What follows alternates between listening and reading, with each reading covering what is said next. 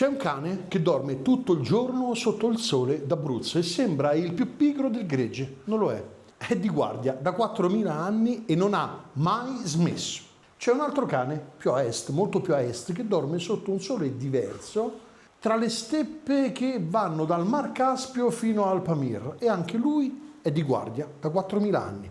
2 cani, 2 imperi di terra, la stessa missione, tenere lontano il lupo dal gregge. Oggi mettiamo uno di fronte all'altro e proviamo a capire, con i fatti alla mano, quale dei due sia più a casa propria da queste parti, nel Mediterraneo, che è casa nostra.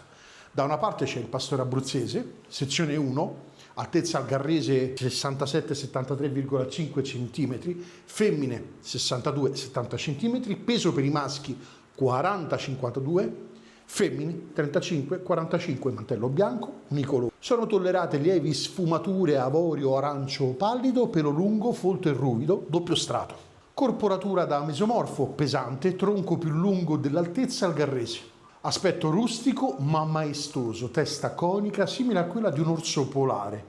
Occhi a mandorla, color scuro, bruno. Tartufo nero, riconosciuto ufficialmente come razza unica nel 1958. Prima di andare avanti però fermiamoci un attimo su una parola che uso in continuazione in questo video e che va spiegata bene perché è il cuore di tutto il discorso, la guardiania. Un cane da guardiania non è un cane da pastore nel senso in cui noi lo intendiamo, almeno in genere. Non raduna il gregge, non lo spinge, non lo dirige, quello è un altro mestiere. Quello del cane da conduzione, come il border collie, il cane da guardiania fa una cosa completamente diversa e più antica. Vive dentro il gregge, giorno e notte, dal momento in cui è cucciolo e si lega alle pecore o alle capre esattamente come un cane normale si legherebbe alla sua famiglia umana. È un dettaglio tecnico che cambia tutto. Il cane da guardiania non obbedisce a un comando per intervenire, decide da solo perché considera quel gregge come il proprio branco da difendere. E soprattutto un buon cane da guardiania non è pensato per attaccare il lupo, è pensato per dissuaderlo. Prima ancora che si avvicini con la sola presenza fisica, con l'abbaio profondo che si sente alla distanza, con il pattugliamento costante del perimetro, il combattimento è l'ultima opzione, non la prima. Un cane da guardiania che deve azzuffarsi ogni notte con un predatore ha già fallito il suo compito una volta su 2. Il suo vero lavoro è tutto quello che accade prima, nell'ombra, quando il lupo decide semplicemente di girare a largo. È esattamente su questo mestiere specifico e non sulla forza bruta, non sulla taglia, non sull'aspetto che oggi mettiamo a confronto il pastore abruzzese maremmano e il pastore dell'Asia centrale. Entrambi nascono per fare questo lavoro. La domanda che ci poniamo oggi è: quale dei due lo fa meglio qui nel nostro territorio? Un cane che i nomani già conoscevano. Partiamo da qui, dall'Italia, perché è la storia più documentata delle due ed è bene dirlo subito. Non è una leggenda, è filologia, non è un tema di dibattito. Catone, nel secondo secolo a.C., è il primo a raccomandare esplicitamente un cane bianco per la guardia del gregge e ne spiega anche il perché. Di notte, tra le pecore, un pelo scuro si confonde con l'ombra del lupo, un pelo bianco no. Un secolo dopo, Varrone, nel suo trattato De Rustica, torna sul tema, sull'argomento e distingue con precisione i cani da guardia della fattoria dei cani da pastore veri e propri, descrivendo questi ultimi in taglia, robustezza e temperamento che chiunque allevi oggi un maremmano riconoscerebbe senza fatica. Non è finita. Columella, nel primo secolo d.C., stiamo parlando del primo secolo d.C., aggiunge un dettaglio pratico che i pastori usano ancora. Consiglia di non accorciare mai le orecchie del cane da gregge perché servono a percepire da lontano i rumori del predatore. Palladio, qualche secolo più tardi, chiude il cerchio, confermando la stessa tradizione. 4 agronomi, 4 epoche diverse dello stesso impero, un solo animale riconoscibile, il Canis pastoralis o il pecoraio. Le sue origini più remote si perdono davvero nella notte dei tempi. Qui l'espressione per una volta è letterale, l'ipotesi più accreditata lo fa arrivare in Italia con le popolazioni indoeuropee della transumanza primitiva, forse 4.000 anni fa, forse portato da rotte che passano per l'altopiano tibetano, forse. Su questo punto, attenzione, le fonti concordano sulla plausibilità e non sulla certezza. Nessun documento scritto racconta il viaggio, lo si deduce dalla genetica dei grandi cani da montagna bianchi che punteggiano l'Europa. Parliamo dei Pirenei, i Tatra polacchi, i Kuvasz ungheresi, i turchi, i balcanici, una famiglia allargata, con lo stesso mestiere, lo stesso identico manto che secondo alcuni studiosi discenderebbe tutta da un ceppo comune diffusosi lungo le rotte della pastorizia antica dal Mediterraneo orientale fino ai Pirenei. Un dettaglio che pochi raccontano: fino al 1958 abruzzesi e maremmano non erano nemmeno la stessa razza sulla carta.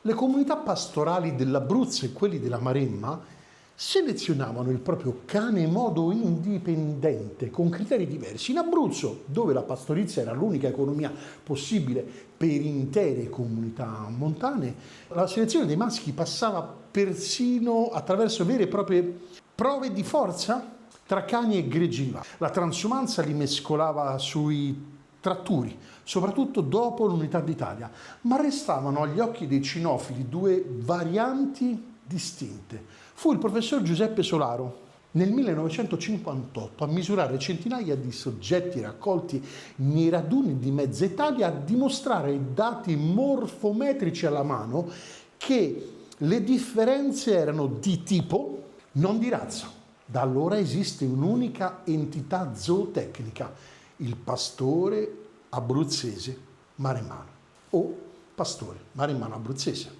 Perché lo racconto con questo livello di dettaglio? Intanto perché sono italiano e sono orgoglioso, e poi perché vedremo che anche l'altro protagonista di questa storia, il gigante della steppa, ha una data di nascita ufficiale, sorprendentemente simile e sorprendentemente recente.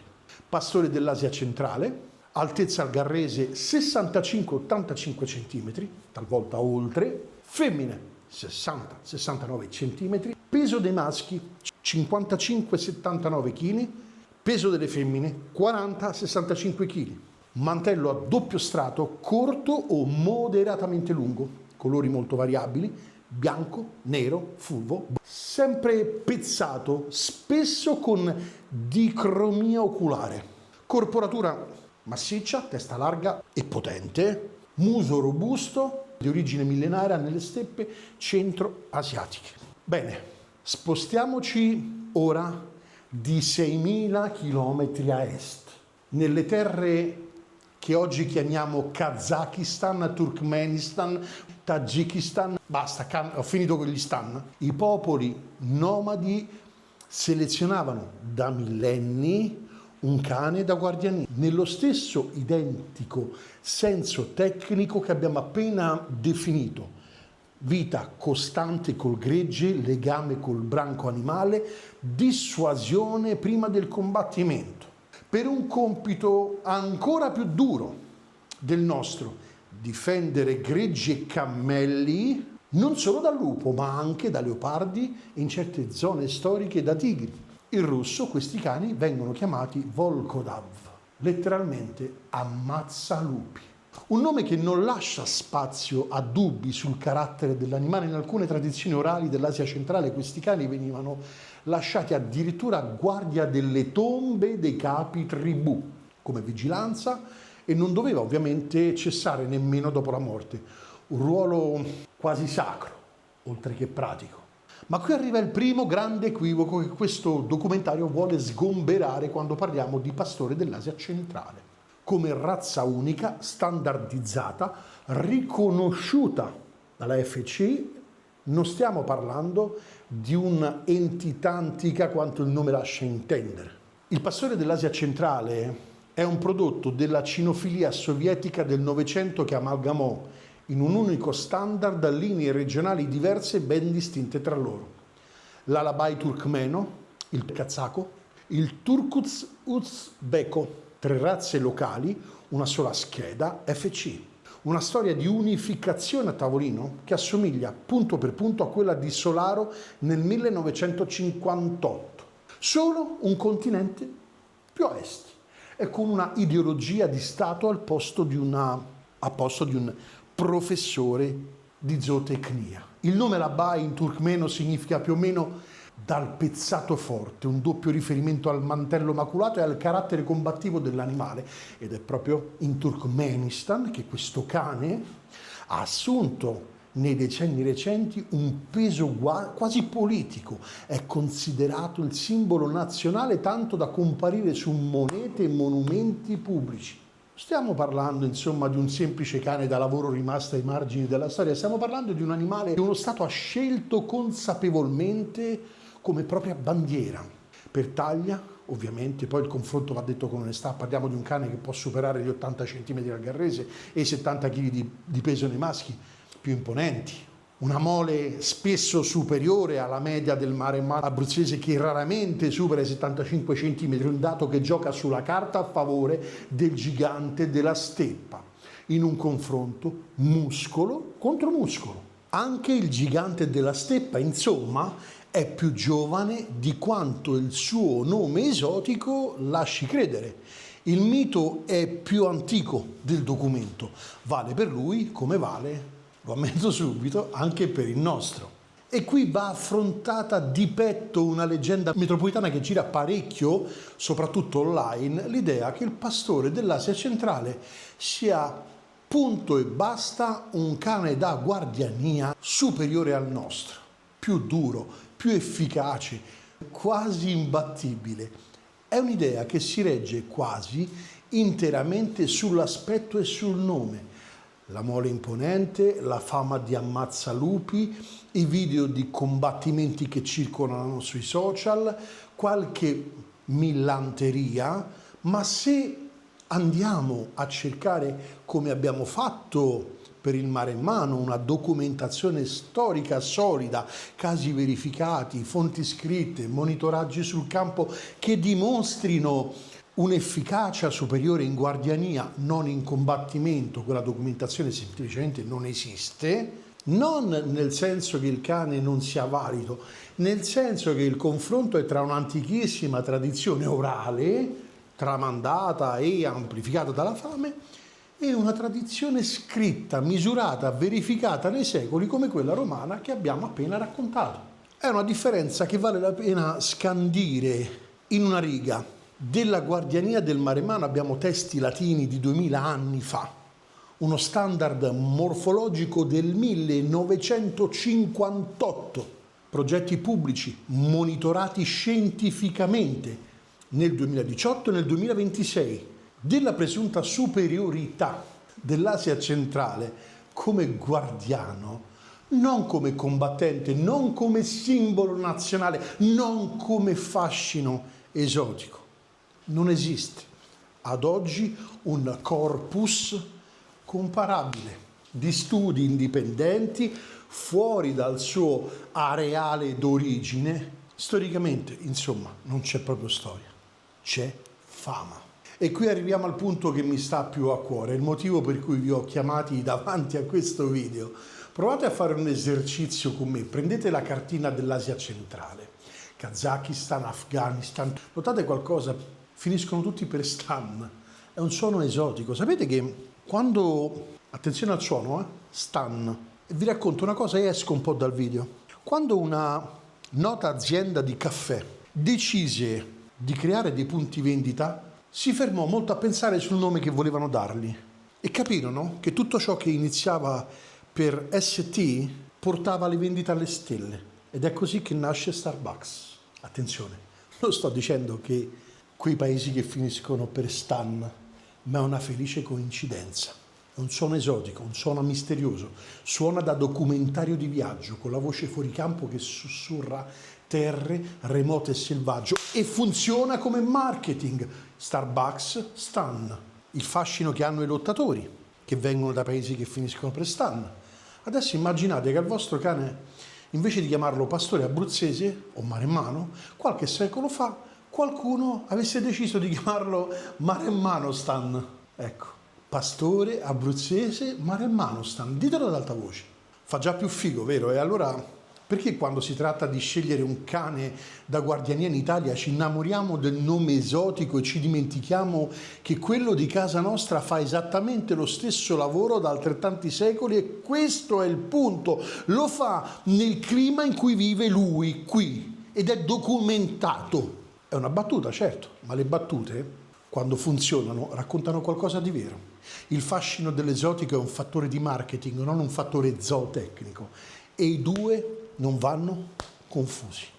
Due climi, due corpi, perché la differenza di clima non è un dettaglio da poco, ed è qui che la comparazione tecnica comincia a farsi seria. Il pastore dell'Asia centrale si è formato in un ambiente di estreme steppe aride, inverni siberiani, escursioni termiche violentissime tra giorno e notte, vento, aria secca tutto l'anno, e il suo mantello, il suo metabolismo, la sua struttura sono un adattamento a quella specifica durezza continentale. E chi nega questo è tecnicamente una persona che mente, quindi fisicamente è un bugiardo. È un cane costruito per resistere a temperature che in una tipica estate laziale o toscana o abruzzese semplicemente non esistono. Ma con l'umidità mediterranea, il caldo afoso della pianura padana o della costa tirrenica, il discorso cambia. Un mantello pensato per il freddo secco delle steppe non è la stessa cosa di un mantello pensato da sempre per l'escursione termica appenninica, che è mediterranea per definizione. Pastore abruzzese, Tortoreto, che sta sul mare, non ha le stesse temperature di una cittadina in Kazakistan. Calda di giorno ma raffreddata dall'altitudine della vicinanza al mare.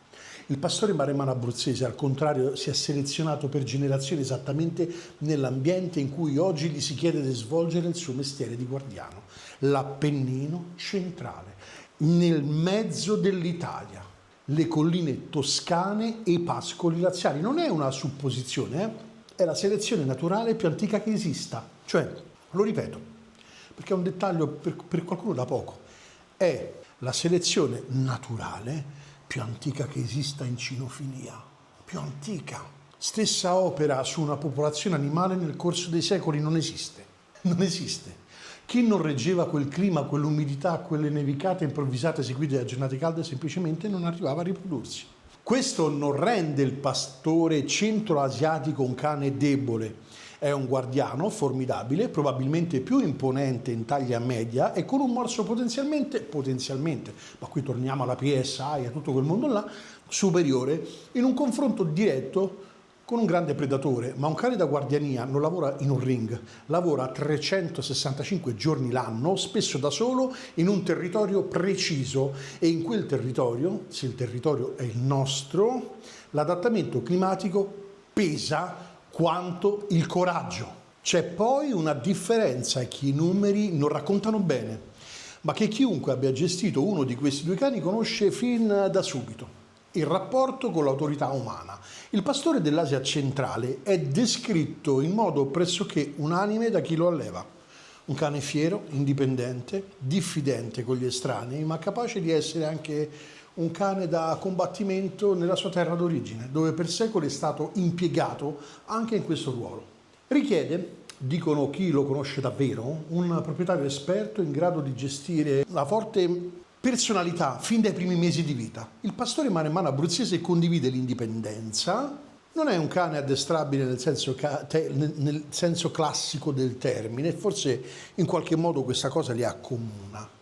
Ed è proprio questa la sua qualità più preziosa. Il pastore lo lasciava solo con il gregge per giorni e il cane doveva decidere da sé quando intervenire, senza comandi.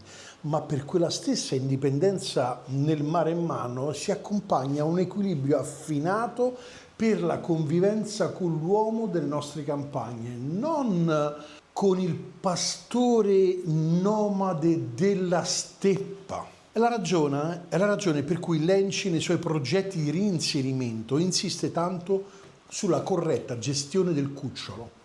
Le criticità maggiori riscontrate sul campo non derivano quasi mai dal cane in sé, ma da un inserimento gestito male, da un'assenza di socializzazione nei primi mesi. Un maremmano ben selezionato e ben gestito è quasi sempre un guardiano affidabile. Fin qui la teoria del mestiere. Ora i casi concreti. La guardiania messa alla prova sul campo. Quelli che a un pastore, a un narratore non bastano mai raccontare senza le prove. Nel 2006, su un'isoletta a 30 metri dalla costa dell'Australia meridionale, una colonia di pinguini minori blu, i più piccoli pinguini del mondo, stava per estinguersi. Le volpi arrivavano a piedi con la bassa marea da oltre 800 esemplari che erano, ne restavano meno di 10 in un solo weekend. Ne furono trovati più di 360 uccisi. Un allevatore di polli del posto, Alan Marsh, propose un'idea che sulla carta sembrava assurda: mandare sull'isola il suo pastore maremmano, lo stesso cane che usava per proteggere il pollaio dalle volpi. Il consiglio comunale di Warrnambool accettò l'esperimento. Il cane si chiamava Hardball. Da quel giorno nessun pinguino è stato mai più ucciso sull'isola, in Australia. E noi in Italia facciamo venire i cani dell'Asia centrale. Avete capito dov'è l'Australia, sì? Oggi la colonia conta circa 200 esemplari. Il progetto Middle Highland Maremma Project è ancora attivo con altri maremmani a fare la guardia. E la storia è diventata un film, uscito nel 2015 e distribuito anche in Italia come Giotto, l'amico dei pinguini. Non è l'unico caso fuori dai confini nazionali. Negli Stati Uniti occidentali, in Oregon, a Washington, dove puma e lupi tornati dopo la quasi estinzione minacciano greggi di capre e pecore, allevatori come Jennifer ed Ed Barnes affidano la sicurezza di 350 capi proprio ai maremmani e ne parlano senza mezzi termini. I predatori sono ancora lì, ma il gregge resta al sicuro, senza bisogno di soluzioni cruente. L'importante è rispettare la natura. Lo stesso schema si ripete in Patagonia contro gli attacchi dei puma alle greggi. Insomma, parliamo di grossi predatori. In Italia poi il maremmano non è affidato al caso o all'aneddoto. Dal 2018 l'ENCI sostiene un progetto pilota che assegna cuccioli di razza ceduti gratuitamente dagli allevatori del circolo del pastore abruzzese, maremmano, ad aziende agricole in aree ad alto rischio di predazione. Ora, io non so quanto questi progetti ancora siano in, ma lo presento. Prima in Toscana e poi esteso ad altre regioni. Nel 2026 il progetto Le Sentinelle di Wolfnet, coordinato da Lega Ambiente e finanziato dalla Regione Calabria, ha consegnato 14 cuccioli alle aziende zootecniche della catena costiera calabrese con un protocollo di monitoraggio scientifico che misura punto per punto la frequenza delle predazioni, la qualità dell'inserimento dei cani, le condizioni sanitarie, il comportamento nei pascoli e persino il rapporto con escursionisti e cittadini, che non è una cosa da sottovalutare. Il lupo è tornato sull'Appennino e sull'arco alpino e la risposta istituzionale oggi, come 2000 anni fa, ha ancora il pelo bianco. E io trovo questa cosa incredibilmente affascinante. Il dibattito esiste e qui devo essere corretto con voi perché la tesi di questo video regge meglio se non nasconde crepe. Non tutti i pastori italiani sono soddisfatti al 100%. In alcune regioni alpine dove i progetti pubblici hanno indicato maremmano e cane da montagna dei Pirenei come le uniche razze finanziabili contro gli attacchi dei lupi, alcuni allevatori piemontesi hanno lamentato risultati non sempre all'altezza delle aspettative. C'è chi in ambito scientifico ha messo in discussione l'idea che la sola selezione per il cuore del mantello garantisca automaticamente le doti comportamentali necessarie. È una critica legittima e riguarda un punto preciso: la selezione individuale del singolo cane conta quanto, se non più, dell'appartenenza di razza. Un maremmano allevato male è un pessimo guardiano, quanto un pastore del centro asiatico allevato male. Questo video non lo nasconde, lo mette agli atti, è documentaristico.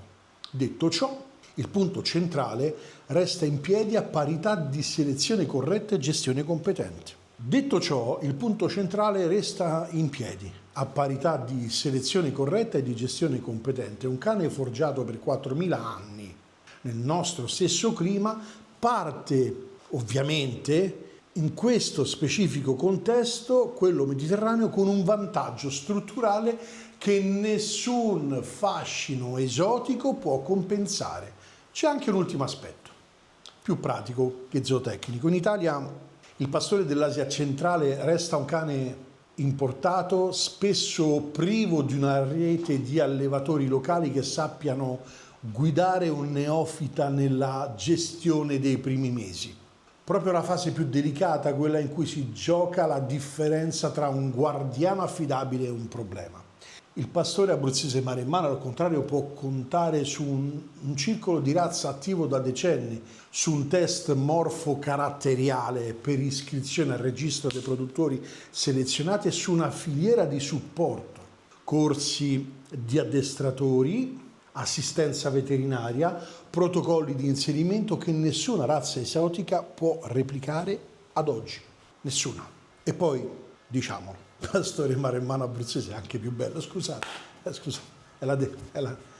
è che io come tanti italiani comunque questo cane ce l'ho avuto, non ce l'ho avuto però ce l'aveva Tobia, ancora me lo ricordo. Quindi no, il pastore abruzzese maremmano non ha un nome che finisce in stan, non è pastore maremmano stan, ha solo 2000 anni di letteratura latina alle spalle, un'isola di pinguini salvata dall'estinzione grazie a un cane da pastore maremmano abruzzese.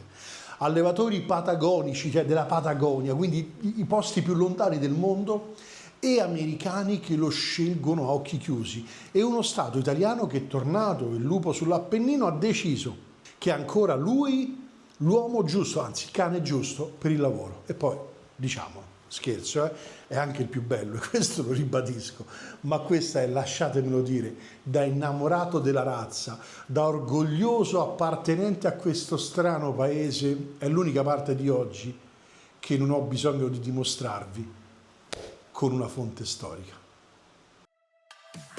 Se questi contenuti vi piacciono, sostenete il canale, abbonatevi al canale, iscrivetevi ai miei profili social, nel senso molti vivono questa community così, tanto no, a me piace proprio, fatemi domande, scrivete nei commenti, commentate, a me piace, ma soprattutto fatemi vedere che ci siete, quindi fate girare i video, tanto nel tempo abbiamo costruito una community non tossica, si escludono da solo, cioè quelli che entrano, il cane mio, quelli si escludono da solo, quindi seguitemi su LinkedIn, su Facebook, su Instagram, ho un canale Telegram che si chiama Emanuele Artibani, ho voluto dare un nome originale, seguitemi dappertutto, tanto sapete come cercatemi e seguitemi, magari fatemi anche riconoscere perché è una cosa che mi fa particolarmente piacere. Ricordo che ogni martedì esce un nuovo video e vi chiedo anche di mandarmi i vostri suggerimenti su quali sono i video che vorreste vedere. Non sono un jukebox, però magari provo a fare quelli che più o meno piacciono a tutti.